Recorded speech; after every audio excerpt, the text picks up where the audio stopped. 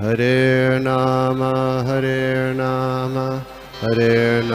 eva kevalam, kalo nasteva nasteva nasteva gatiranyata. Hare Nama eva kevalam, kalo nasteva nasteva nasteva gatiranyata.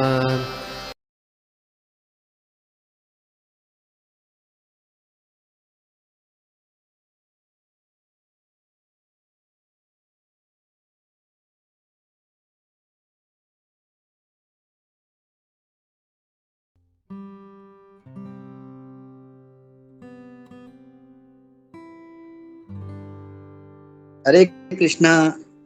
दंडवत प्रणाम सभी उपस्थित भक्तों को, चरणों में दंडवत प्रणाम और सभी का आशीर्वाद लेते हुए और सभी के कृपा से आज का भागवतम जो इतना बहुत ही अच्छा आज महोत्सव है, योगिनी एकादशी महामहोत्सव। तो ओम नमो भगवते वासुदेवाय, ओम नमो भगवते वासुदेवाय, ओम नमो भगवते वासुदेवाय। नारायणं नमस्कृत्य नरं चैव नरोत्तमं देवीं सरस्वतीं व्यासं ततो जयमुदीरयेत्। नष्टप्रायेषु अभद्रेषु नित्यं भागवत सेवया भगवती उत्तमश्लोके भक्तिर्भवति नैष्टिकी। ओम अज्ञानतिमिरान्धस्य ज्ञानाञ्जनशलाकया चक्षुरुन्मिलितं येन तस्मै श्रीगुरुवे नमः। श्रीचैतन्यमनोभीष्टं स्थापितं येन भूतले स्वयं रूपकदामयं ददाति स्वपदान्तिकं। नमामि विष्णुपादाय कृष्णप्रेष्ठाय भूतले श्रीमते भक्तिवेदान्त स्वामिनिति नामिने। नमस्ते सारस्वते देवे गौरवाणी प्रचारिणे निर्विशेषशून्यवादी पाश्चात्य देशतारिणे। जय श्री कृष्ण चैतन्य प्रभु नित्यानंद श्री अद्वैत गदाधर श्रीवास आदि गौर भक्त वृंदा। हरे कृष्णा कृष्णा कृष्णा हरे हरे, हरे राम राम राम हरे हरे।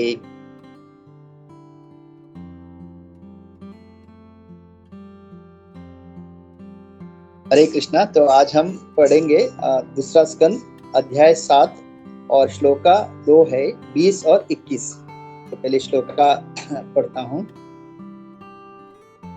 चक्रम च दिक्ष्व अविहतं दशो स्वतेजो मन्वन्तरेषु मनुवंशधरो बिभर्ति दुष्टेषु राजसु दमं व्यदधात् स्वकीर्तिं सत्ये Triprishtha उशतिं प्रत्यंश्चरित्रे। Translation and purport by His Divine Grace A.C. Bhaktivedanta Swami Srila Prabhupada ki jai. Translation: as the incarnation of Manu, the Lord became the descendant of the Manu dynasty and ruled over the miscreant kingly order, subduing them by his powerful wheel weapon. Undeterred in all circumstances, his rule was characterized by his glorious fame, which spread over the 3 lokas and above them to the planetary system of Satyaloka, the topmost in universe. Purport: we have already discussed the incarnation of Manu in the first canto. In one day of Brahma, there are 14 Manus changing one after another. In that way, there are 420 Manus in a month of Brahma and 4040 Manus in a year of Brahma. Brahma lives for 100 years according to his calculation. As such, there are 5,04,000 Manus in the jurisdiction of one Brahma. There are innumerable Brahmas and all of them live only during one breathing period of Mahavishnu. So we can just imagine how the incarnation of the Supreme Lord works all over the material worlds, which comprehend only 1/4 of the total energy of the Supreme Personality of Godhead. The Manvantara incarnation chastises all the miscreant rulers of different planets with as such power as that of the Supreme Personality of Godhead, who punishes the miscreants with his wheel weapon. The Manvantara incarnation disseminate the transcendental glories of the Lord. हरे कृष्णा। मुखम करोति वाचालम पंगुम लंघयते गिरिम यत् कृपा तमहं वन्दे श्री गुरु दीनतारिणं परमानंद माधवम श्री चैतन्य ईश्वरम। तो हरे कृष्णा। तो सभी भक्तों का आशीर्वाद देते हुए, तो यहाँ पे अभी जैसे पहले स्कंद में जो 22 जो मुख्य अवतार है उसके बारे में बताया गया था। इधर वापस ब्रह्मा जी नारद मुनि को भगवान के जो अलग अलग अवतार है, जैसे माता जी ने एक बार बताया था शक्तिवेश अवतार, गुण मनवंतरा, फिर गुणा अवतार, फिर लीला अवतार। इसी तरह से आज जो किसके बारे में चर्चा हो रही है, मनु, और आगे हम लोग और एक जो श्लोक है उसमें धन्वंतरी, ये दो जो भगवान के अवतार है उसके बारे में चर्चा हो रही है। तो प्रभुपाद कहते हैं कि ब्रह्मा जी के जो एक दिन होता है, तो उस एक दिन में मतलब वो एक दिन 1000 युग साइकिल, मतलब जो सतयुग, द्वापर, सत्य, त्रेता, द्वापर और कलयुग, ये जो 1000 ऐसे जो 1000 साइकिल होते हैं, तो वो ब्रह्मा जी का केवल एक दिन है। और इस एक दिन में टोटल 14 मनु का उत्पत्ति होता है। मतलब हर एक मनु को 71, अगर हम डिवाइड करेंगे 14, अगर 1014 से गणित मतलब गुणाकार करेंगे तो हर एक मनु को 71 युगा मिलते हैं, युग साइकिल मिलते हैं। तो अभी जो करंट हम लोग जिस हमारे जो अभी जो प्रेजेंट जो मनु है, जो जो पूरे मैनकाइंड के फादर, जो पूरे जन प्रजा के जो पिता जो है वो है वैवस्वत मनु।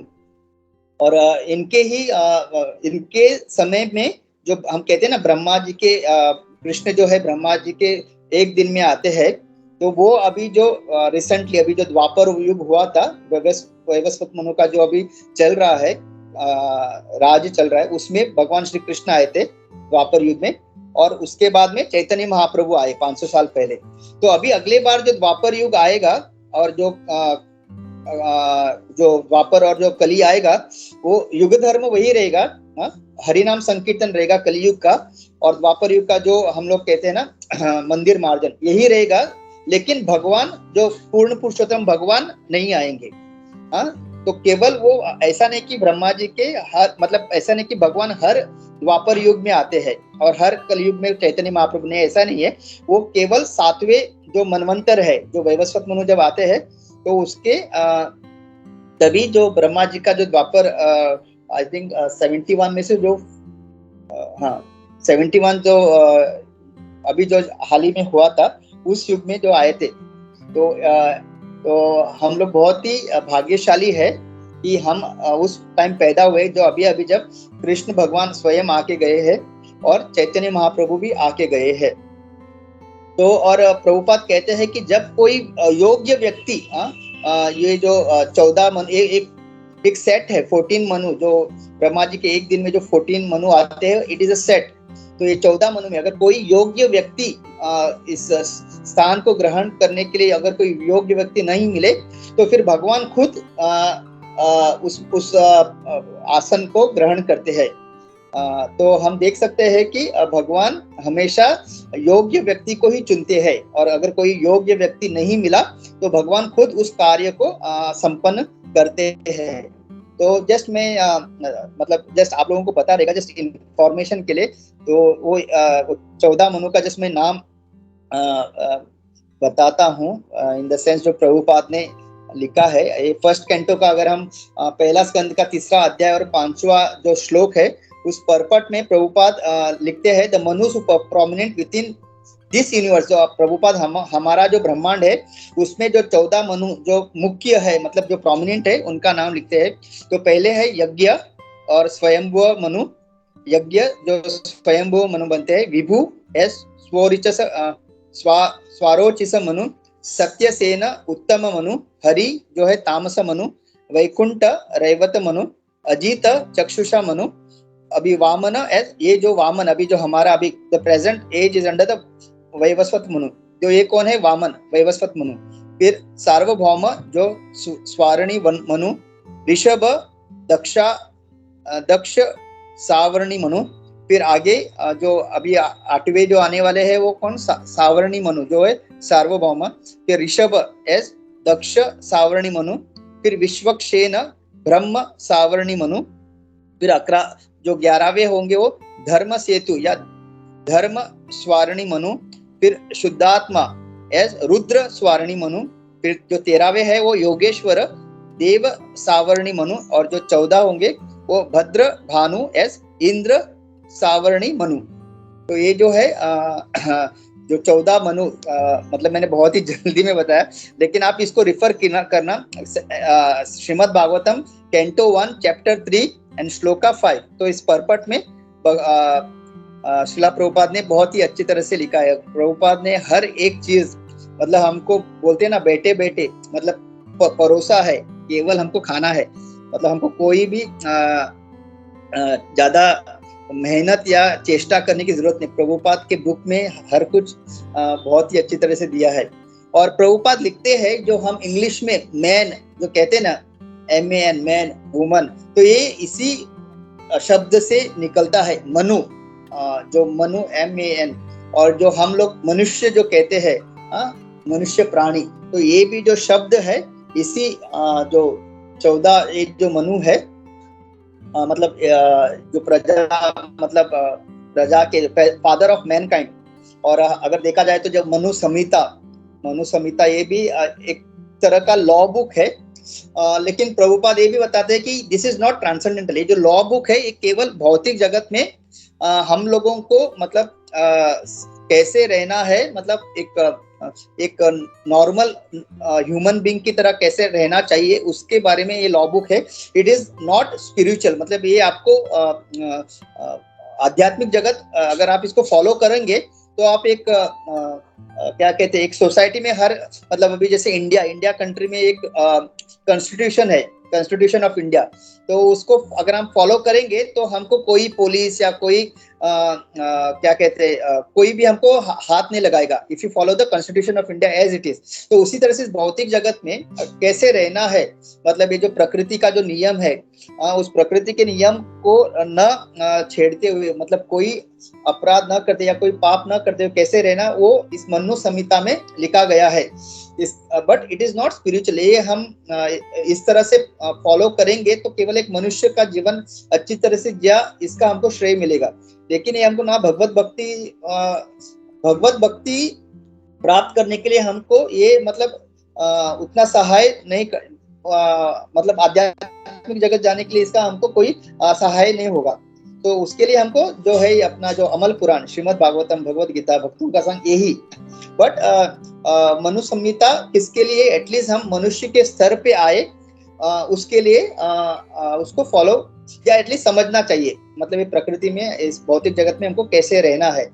लेकिन अगर हमको इससे अगर ऊपर उठना है तो फिर वही हमको आध्यात्मिक ज्ञान का अर्जित करना पड़ेगा। जैसे कुछ लोग कहते हैं कि मनु संहिता में लिखा गया है कि मांस भक्षण करना, मतलब उसमें लिखा गया है। वो क्यों लिखा गया है? क्योंकि जैसे हम लोग जानते हैं 84 लाख योनियों में 4 लाख जो है मनुष्य योनि है। तो हर एक योनि, मतलब हर एक जो जिसकी चेतना है उतनी विकसित नहीं है। तो हर, मतलब जैसे हम लोग जानते हैं कि कुछ ऐसे लोग भी है जिसको हम कैनिबल कहते हैं, जो मतलब इंसान को भी खाते हैं। कुछ लोग जो हमेशा जंगल में रहते हैं वो लोग पशु। तो हर किसी का केटर, मतलब हर किसी को इस भौतिक जगत में रहना है, तो हर किसी का वो पालन पोषण के लिए उस हिसाब से जिसकी जितनी विकसित चेतना है उस उतना लेवल का मतलब हर किसी को क्या कहते हैं, उनका जीवन निवारण करने के लिए उसकी चेतना के अनुसार इस मनु संहिता में क्या कहते हैं शिक्षाएं दी गई है। तो अगर कोई ऑलरेडी जिसकी चेतना ऊंचे स्तर पे है तो उसको इसके ऊपर ज्यादा ध्यान नहीं देना चाहिए कि मनु संहिता में लिखा है कि मांस भक्षण करना लिखा गया है। बिकॉज अगर आप जैसे मानो एक बच्चा है, वो केजी से पास होके 10th पास होके 12th पास होके भी IIT पहुंच गया, तो अगर वो IIT पहुंच गया है तो उसके लिए जो KG1 का जो पूरे KG1 या 10th का जो सब्जेक्ट है वो एकदम आसान है, मतलब बहुत ही आसान है। लेकिन वो क्या करेगा, अगर वो IIT पहुंचा, वो ऐसा नहीं सोचेगा कि अरे IIT का क्लास से अच्छा 10th का अच्छा है, वो नीचे नहीं आएगा, वो उसके ऊपर सोचेगा।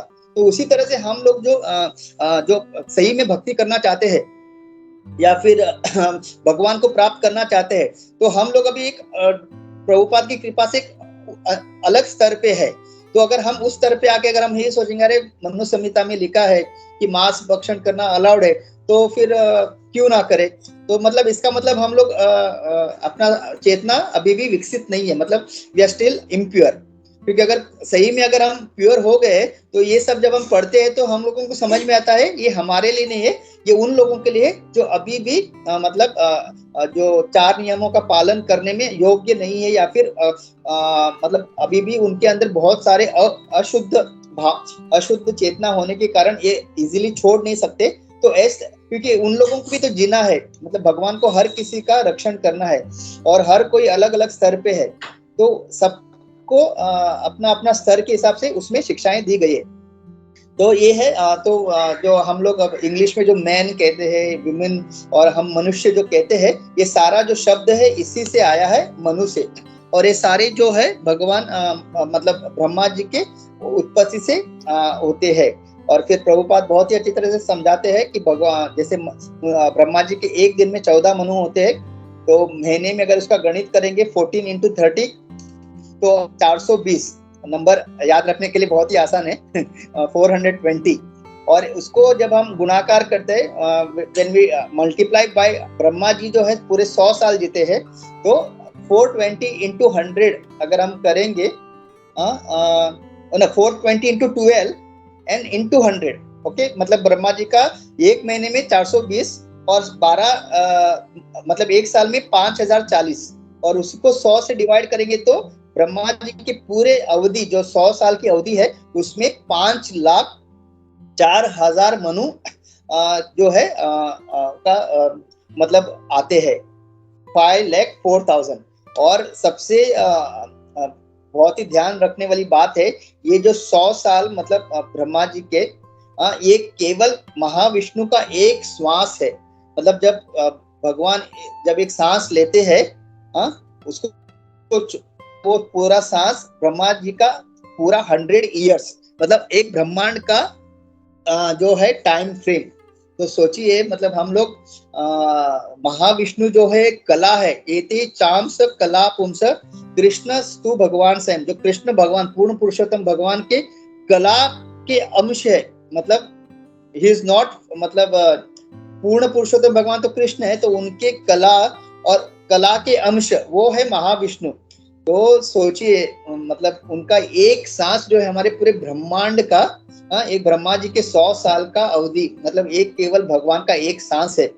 तो हम अगर कोई कहता है कि मैं भगवान हूँ, तो उसको कहना है कि आप मतलब पूरा ब्रह्मांड नहीं, केवल एक 10 मिनट के लिए आप केवल सांस रोक के दिखाइए। मतलब 10 मिनट भी बहुत हो गया। आई थिंक 1 या 5 मिनट भी अगर बोलेंगे तो आई थिंक उसकी सांस, अगर उसने नहीं छोड़ा तो उसकी सांस ही रुक जाएगी। तो जो खुद को भगवान कहते हैं उनको मतलब एक चैलेंज अगर हम देंगे, तो ये मतलब हमको पता चलता है कि कैसे भगवान का जो पावर है, उनकी शक्ति क्या है। तो यहाँ पे मैं मतलब रुकता हूँ 20वें श्लोका के लिए। जब हम रुकेंगे तो और भक्तों से, अगर भक्त कोई इसमें ऐड करना चाहेंगे तो प्लीज आप ऐड कर सकते हैं। हरे कृष्णा। ये जो मनवंतर, ये जो मनु के बारे में, हरे कृष्णा। हरे कृष्णा प्रभु। हरे कृष्णा प्रभु, दंडवत प्रणाम। I suggest to take it in the end में लेते हैं। Thank you. ओके ओके, फिर हम लोग अभी श्लोका 21 में जाते हैं। तो कोई गलती हो तो प्लीज माफ करना। हरे कृष्णा। तो यहाँ पे धन्वंतरिश्च भगवान स्वयं एव कीर्ति नामना नृणाम पुरुराजम रुजु आशु हन्ति यज्ञे च भागम अमृतायुर अवरुन्ध आयुष्य वेदम अनुशासति अवतीर्य लोके। Translation and purport by Divine Grace A.C. Bhakti Vedanta Swami Srila Prabhupada ki jai. Translation: The Lord in His incarnation of Dhanvantari very quickly cures the disease of the ever diseased living entities simply by His fame personified, and only because of Him do the demigods achieve long lives. Thus, the personality of Godhead becomes very glorified. He also accepted a share from the sacrifice, and it is He only who inaugurated the medical science or the knowledge of medicine in universe. Purport: as stated in the beginning of Srimad Bhagavatam, everything emanates from the ultimate source of personality of Godhead. It is therefore understood in the verse that medical science or knowledge in medicine was also inaugurated by personality of Godhead in His incarnation Dhanvantari, and thus the knowledge is recorded in the Vedas. The Vedas are the source of all knowledge, and thus knowledge in medical science also there for the perfect cure of the disease of living entity. The embodied living entity is diseased by the very construction of his body. The body is a symbol of disease. The disease may differ from one variety to another, but disease must be there just as there is birth and death for everyone. So by the grace of personality of Godhead, not only are diseases of the body and mind cured, but also the soul is relieved of the constant repetition of birth and death. The name of the Lord is also called Bho Aushadhi, the source of curing the disease of material existence. तो यहाँ पे अभी जो 13वें अवतार थे, हम लोग ने फर्स्ट कैंटो में देखा था, उनका नाम था धन्वंतरी।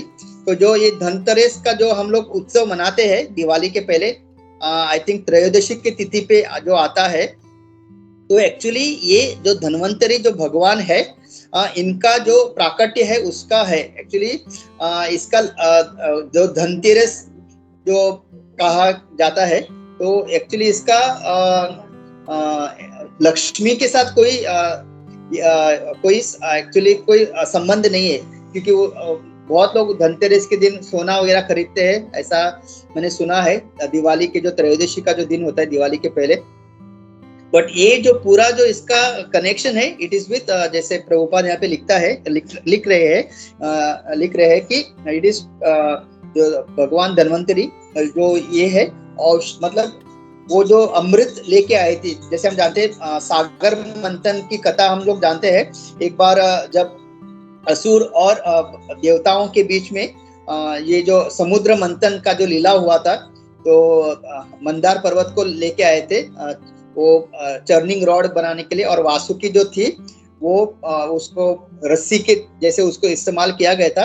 तो जब ये मंथन हो रहा था, काफी सारे जो बहुत सारा चीज जो सागर से मतलब ये ओशन से मिल रहा था, इसलिए कहते हैं कि ओशन जो है it is actually has lot of wealth.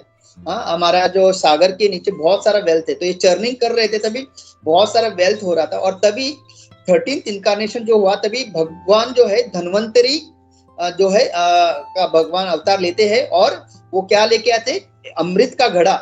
Actually जब मैं पहले धन्वंतरी जो नाम सुनता था, तो मुझे लगता था कि इट इज अ फीमेल, क्योंकि जो धन्वंतरी तो सुनने में, बट अभी मतलब फिर पता चला ये भागवतम वगैरह पढ़ने के that it is not female, but Prabhu Lord form of मतलब पुरुष के इसमें आते रूप, बट नाम सुन के ऐसा लगता है कि फिर पता है हमको मोहिनी के अवतार में। तो जब वो लेके आते हैं अवतार धन्वंतरी का अवतार, तो वो क्या लेके आते हैं, घड़ा जिसमें अमृत। बट एक्चुअली जो अमृत है it is nothing but it is अ औषध है, औषधि हम जीवों के लिए।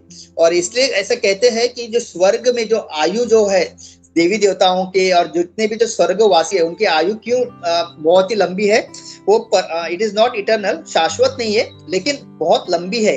क्यों? क्योंकि इस अमृत की वजह से। तो ये अमृत का जो पान करते हैं स्वर्ग लोक में, या फिर ऊपर जो पृथ्वी के ऊपर जो लोक है, उनको ये अमृत का पान करने की वजह से उनकी आयु जो है थोड़ा लंबी होती है, और कोई रीजन नहीं।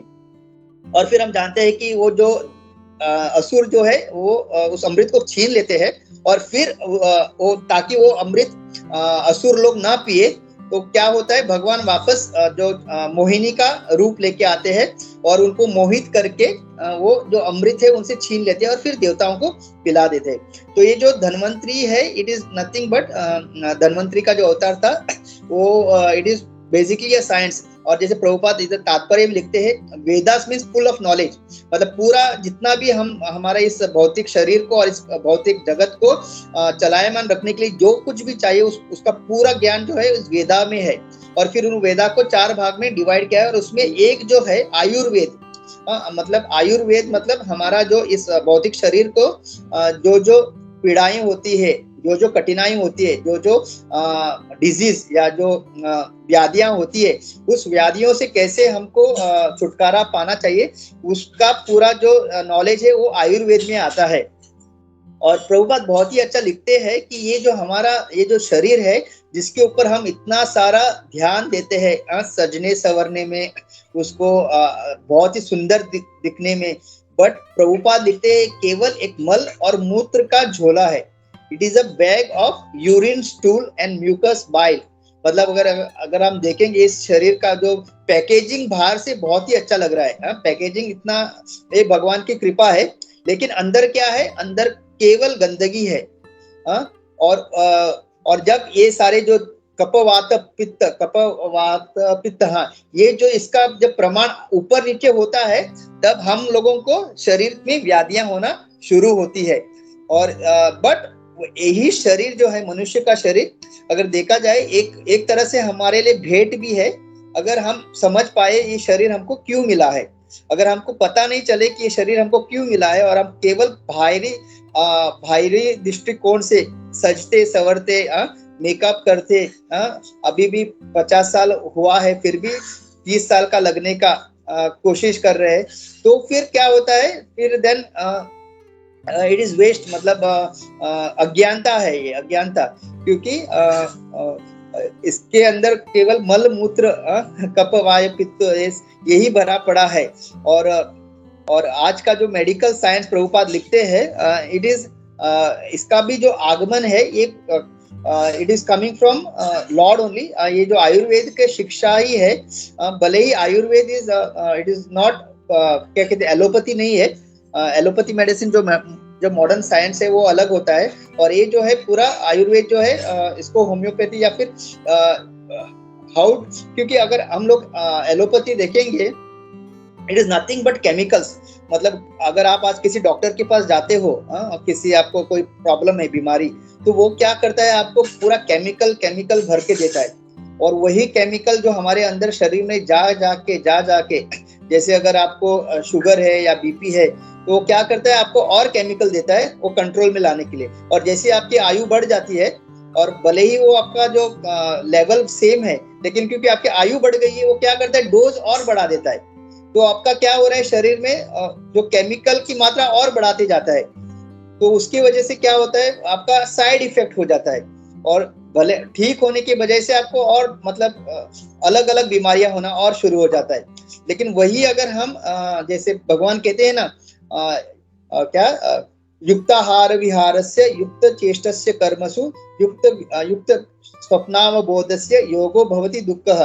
अगर हम अपना जो लाइफस्टाइल जो है, जैसे आयुर्वेद के कहने पे अगर चलेंगे, टाइम टू टाइम खाना, टाइम टू टाइम सोना, और युक्त आहार, मतलब अच्छा लग रहा है इसलिए दबा के खा लिया, फिर जब चाहे तभी पानी पी लिया, मतलब बहुत सारा अगर हम लोग जो है जो जैसे योग पद्धति या आयुर्वेदिक की पद्धति से अगर जीवन जिएंगे, तो हमारे अंदर का बहुत सारा जो उतल पुतल है, या जो हमारा जो शारीरिक जो व्याधियां है वो बहुत सारा सुलझ सकती है।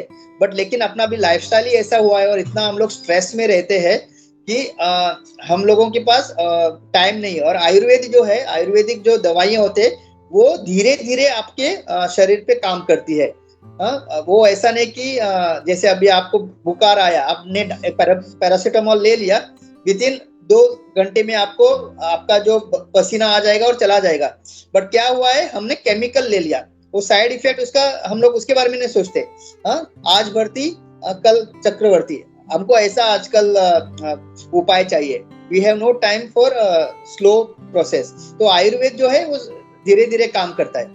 तो अगर हम इस आयुर्वेद या जो ओल्डन डेज का, अगर जैसे बहुत सारे लोग हैं सूर्य अस्त के पहले ही खाना खा लेते हैं, उसके बाद में खाना नहीं खाते, तो उससे क्या होता है, पचन शक्ति भी अच्छा होता है, और आपका सोने तक आपका पूरा जो खाना है पच जाता है, तो आपको नींद भी अच्छी आती है। क्योंकि नींद अच्छी, पूरा पचन हो चुका है, नींद भी अच्छी हो गई, तो आप जल्दी ब्रह्म मुहूर्त में भी उठ सकते हैं। लेकिन हमारा क्या होता है, हम आते ही इतना लेट है, 8-9 बजे आते हैं, फिर नहा धो के 9:30-10 बजे तक खाना खाते हैं, तो अंदर का जो पूरा वैसे ही है, तो फिर नींद भी सही से नहीं आती, सुबह उठ भी नहीं पाते, आलसी हो जाते। तो इसके वजह से पूरा अपना जो व्याधियां है वो बढ़ जाती है, और अपना जितना भी हम मेहनत करके जो पैसा कमाते हैं, वो डॉक्टर को हम लोग उनको धनी बनाने में इस्तेमाल करते हैं, और वो हमारे शरीर में और केमिकल्स डाल के अपना पूरा जो शरीर है केमिकल यूमिन बना देते हैं। मतलब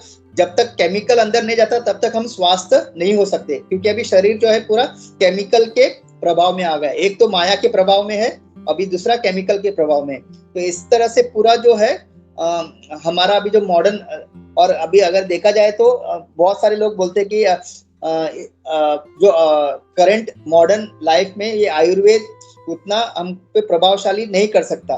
मतलब इट इज मतलब नॉर्मल कुछ, अगर आपको सर दर्द है ये है उसके लिए ठीक है, लेकिन अगर कुछ ज्यादा बीमारी है तो उसमें वो प्रभाव नहीं करता। बट ऐसा एक्चुअली नहीं है। हम अगर अपना लाइफस्टाइल चेंज करेंगे और आयुर्वेद का उपयोग करेंगे, मेन चीज हमको लाइफस्टाइल चेंज करना है, और फिर आयुर्वेद का दवाई जो है हम पर असर करेगा। तो ऐसा। और एक प्रभु जी बता रहे थे धनवंत का मीनिंग क्या है, धनवंतर। तो वो कहते हैं कि जैसे रेगिस्तान में आपको ओएसिस को क्या बोलते हैं हिंदी में, जहाँ पे अगर आप रेगिस्तान में चल रहे हो और वहां पे आपको एक पानी का कुछ मिल गया, तो उसको ओएसिस बोलते हैं। उसी तरह से हमारा जो ये पीड़ित शरीर है, पीड़ित शरीर के लिए जो ये भगवान का जो हमारे पर कृपा है, आयुर्वेद का जो ज्ञान, तो उसका जैसे इन डेजर्ट ओएसिस है, तो उसी तरह से एक धनवंत का मतलब है कि इस पीड़ित शरीर को स्वस्थ रखने के लिए जो ज्ञान है, तो उसको उसका एक्चुअल मीनिंग वो है। तो जैसे रेगिस्तान में ओएसिस मिलता है, उसी तरह से पीड़ित शरीर को जितने व्याधियां हैं, उस व्याधि से बचने के लिए जो भगवान ने एक ज्ञान दिया है, आयुर्वेद का ज्ञान या ये औषधि जो दिया हुआ है, उसका एक्चुअल मीनिंग है धनवंत। तो उससे बनता है धन्वंतरी, भगवान का जो नाम है। और आगे प्रभुपाद लिखते हैं कि दो तरह की व्याधियां हैं, एक तो ये शारीरिक और दूसरा है मानसिक। ओके, मानसिक यानी जो अध्यात्म, जो कहते हैं ना आदि भौतिक, आदि दैविक और अध्यात्म। तो ये अभी मेन चीज, ये शरीर तो आज नहीं तो कल उसको नष्ट होना ही है। आप मतलब अच्छी तरह से लाइफस्टाइल सुधार लेंगे तो क्या होगा, आप थोड़ा अच्छा जी लोगे, आप भक्ति अच्छी तरह से कर पाओगे, ब्रह्म मुहूर्त में उठ पाओगे। जितना आपके शारीरिक पीड़ा कम होगी उतना आप भक्ति अच्छी तरह से कर सकते हो। तो ये हुआ। लेकिन जो मानसिक जो मेंटल लेवल पे जो हमारी बीमारी है, जिसकी वजह से हम लोग भक्ति अच्छी तरह से नहीं कर पा रहे, उसका भगवान कहते हैं वो भी धन्वंतरी, मतलब जो भव औषधि, इस भव सागर से पार करने के लिए जो चाहिए वो औषधि भी भगवान कहते हैं धन्वंतरी। मतलब भगवान का मतलब जैसे भगवान का नाम स्मरण करना, भगवान के मतलब श्रीमद् भागवतम पठन करना, भक्तों का संग करना, तो ये जितना हम लोग करेंगे तो मानसिक बीमारी से हम लोग, ये जो भव सागर से निकलने का जो पीड़ा है, भव सागर को पार करना इतना आसान नहीं है। It is a very very difficult task. लेकिन ये भव, इसलिए हमेशा उद्धव पृष्ठ प्रभु हमेशा बहुत ही अच्छा वो श्लोक बोलते हैं ना, निवृत्त तर्षे उपगीयमाना। प्रभु आप थोड़ा श्लोका बोल दीजिए ना। मतलब आपका वो क्या कहते, उद्धव पृष्ठ प्रभु का ये है वो श्लोका, क्या बोलते हैं वो हमेशा प्रभु को मैंने वो श्लोका गाते हुए सुना है। निवृत्त तर्षे उपगीयमाना चित्त मनोभिराम भव औषधि। प्रभु है क्या उद्धव पृष्ठ प्रभु? आई थिंक वो कुछ सेवा में हो रहेंगे। मैं ही एक मिनट,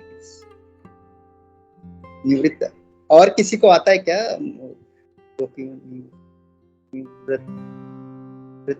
तर्षे उपगीयमाना,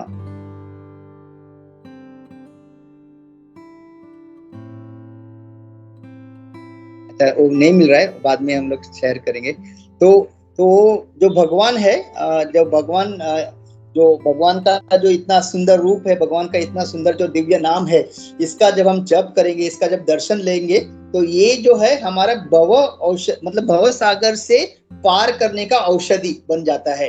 भक्तों का जब हम संग करते हैं, भक्तों के संग में जब नाम संकीर्तन करते हैं, श्रीमद् भागवतम का पाठ करते हैं, भगवान के बारे में हम जब बात करते हैं, तो ये जो भव सागर को पार करने का उसके लिए भी जो औषधि है ये है।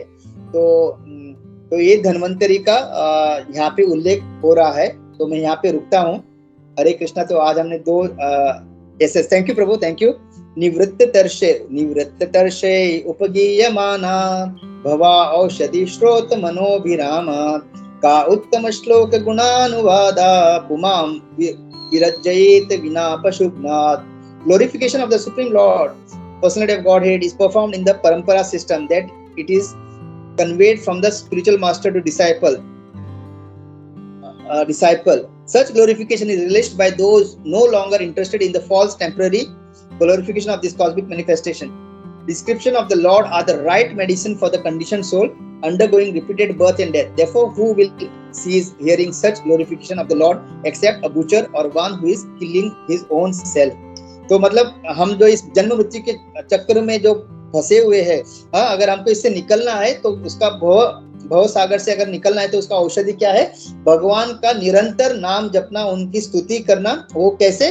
भक्तों के संग में। और ऐसा कौन नहीं करेगा? केवल जो अधम है, बहुत ही अधम है और खुद की जो हत्या करना चाहता है, मतलब खुद का अपना मंगलमय कार्य नहीं करना चाहता, बस और नीचे जाना चाहता है, केवल ऐसा व्यक्ति जो है ऐसे कार्यों में उसको रुचि नहीं रहेगी। तो ये कह के मैं रुकता हूँ और सभी भक्तों का धन्यवाद। हरे कृष्णा, दंडवत प्रणाम। प्लीज आप इस पे थोड़ा आपका ऐड कीजिए। हरे कृष्णा, दंडवत प्रणाम।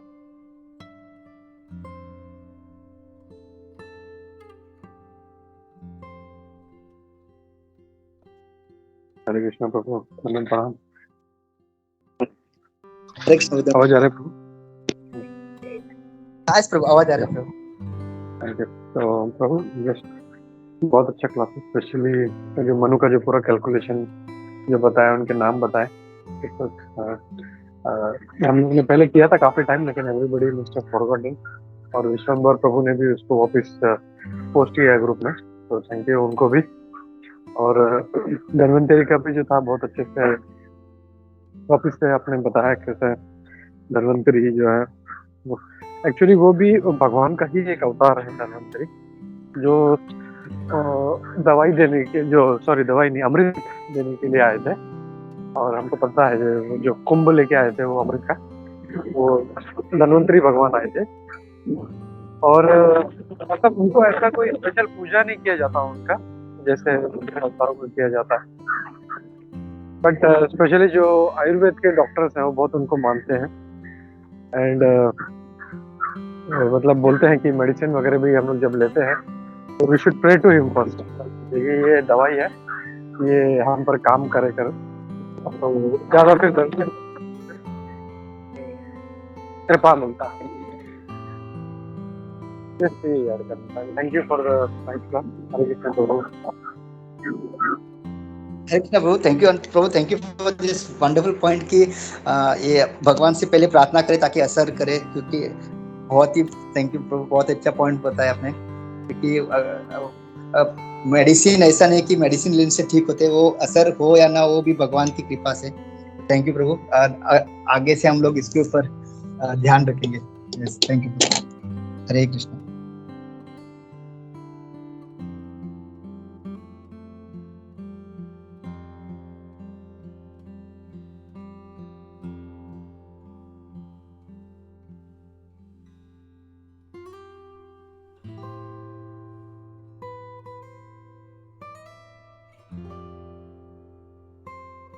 हरे कृष्णा विश्वम्बर प्रभु, दंडवत प्रणाम। हरे कृष्णा।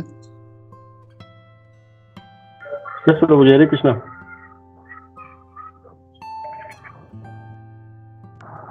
हरे कृष्णा प्रभु जी। प्रभु जी आवाज सुन पा रहे हैं? हाँ प्रभु, हाँ क्लियर है, क्लियर।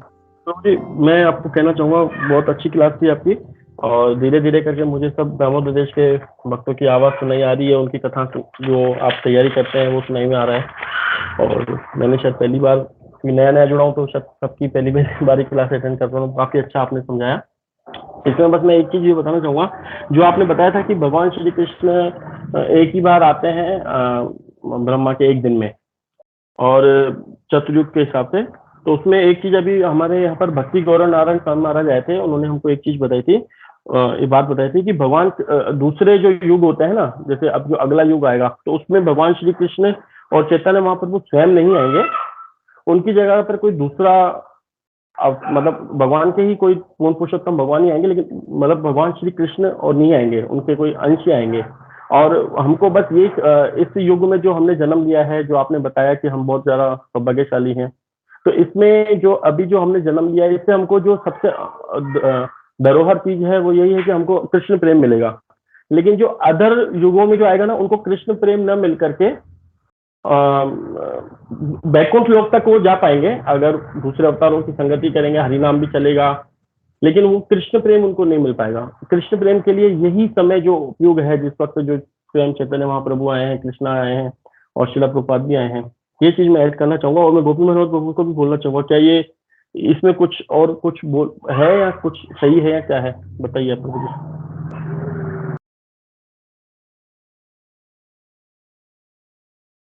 हरे कृष्णा। यह प्रभु सही है, जो सूरत माता प्रभु ने यही कहा कि साक्षात जो स्वयं भगवान श्री कृष्ण और जो चैतन्य महाप्रभु जो आए हैं, वो हम भाग्यशाली कि हम उस चक्र में आए हैं, साइकिल में आए हैं, उस युग में आए हैं हम लोग। और बाकी इसमें जो है भगवान विष्णु के अवतार आएंगे, वो भी मतलब वो भगवान के ही अवतार है, बट देर ये जो हम लोग भाग्यशाली इसलिए क्योंकि साक्षात भगवान कृष्ण आते हैं। हम जिस अभी चक्र में है, हम लोग जिस युग में है, और चैतन्य महाप्रभु आते हैं।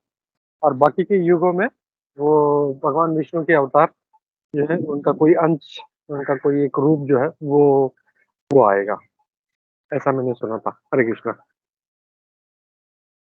Thank you Prabhu ji, thank you. Hare Krishna. Thank you Shyamal Prabhu, thank you so much, thank you Gopi Prabhu. Hari बोल। तो ये मौका नहीं छोड़ना है क्योंकि अगले कृष्ण प्रेम नहीं मिलेगा। yes.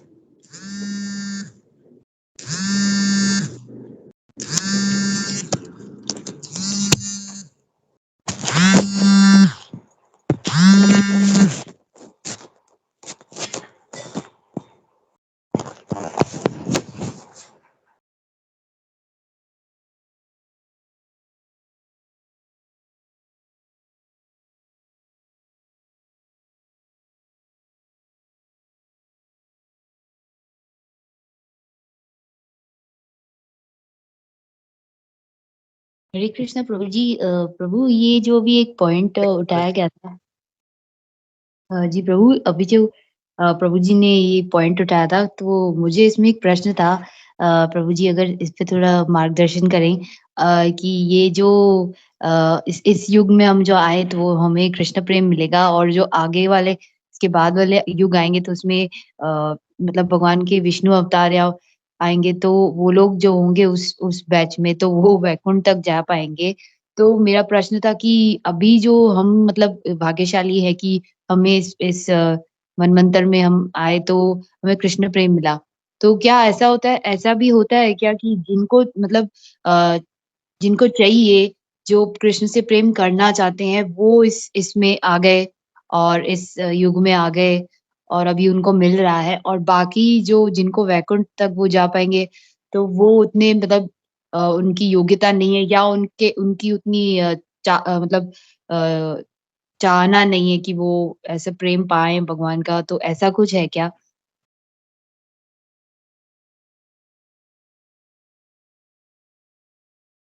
सूरत मानो, यू वांट टू आंसर? वही मैं आपको भी बताने वाला था। प्लीज प्रभु, आप प्लीज गाइड।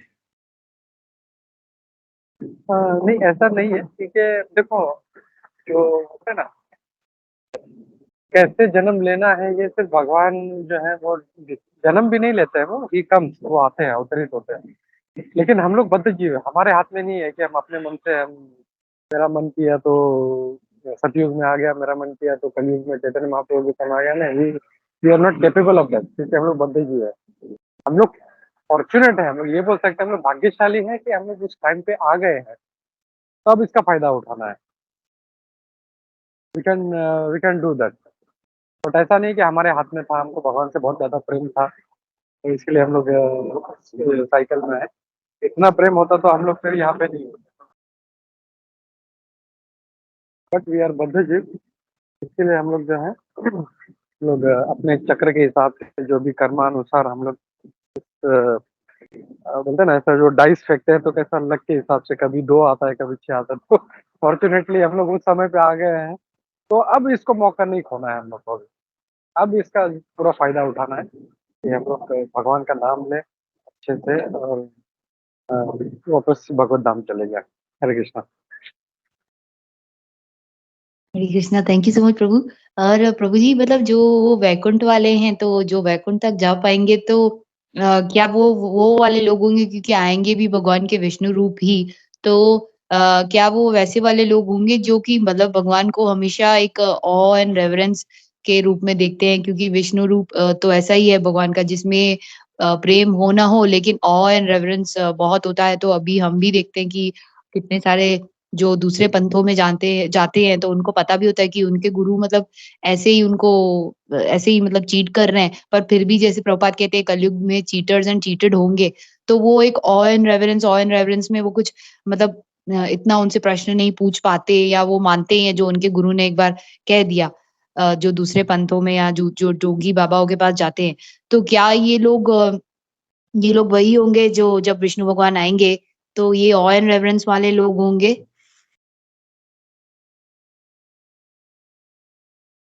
नो आइडिया जो है, क्योंकि ये तो फ्यूचर की बात है, तो वी कैन नॉट प्रेडिक्ट कि हाँ ऐसा हो सकता है करके। I don't have any clear idea. और कोई भक्त है जो कुछ बोलना चाहे तो बोल सकते हैं।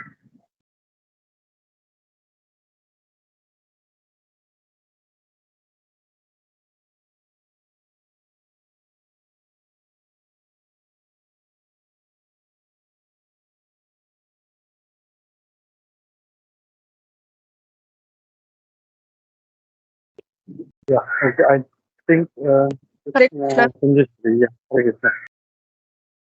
जैसे विश्वम्बर प्रभु जी ने बहुत अच्छा कहा कि भगवान इस युग में हम लोग भगवान के धाम जा सकते हैं, उसके पहले वैकुंठ तक जाते। तो उसका एक और प्रमाण ये है कि जो हम लोग गुरु परंपरा से आते हैं, तो हम लोग जो गुरु परंपरा है वो हमें पहले माधवा माधवाचार्य तक जो है हम लोग वैकुंठ लोक तक ही जा सकते थे। और जैसे भगवान आने से पहले उनके भक्त आते हैं प्रसार करने के लिए, ऐसे माधवेंद्रपुरी आए।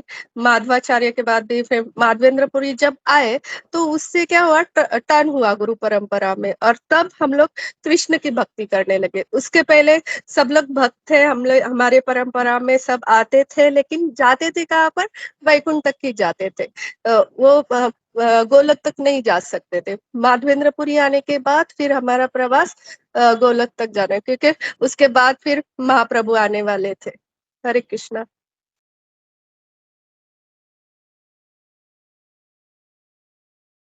हरे कृष्णा कुंजेश्वरी माता जी, दंडवत प्रणाम माता जी। बहुत ही वैल्यूएबल एडिशन एक पॉइंट आपने थैंक यू माता जी, आपने एक बहुत अच्छी पॉइंट ये बताई। थैंक यू, हरे कृष्णा, दंडवत प्रणाम।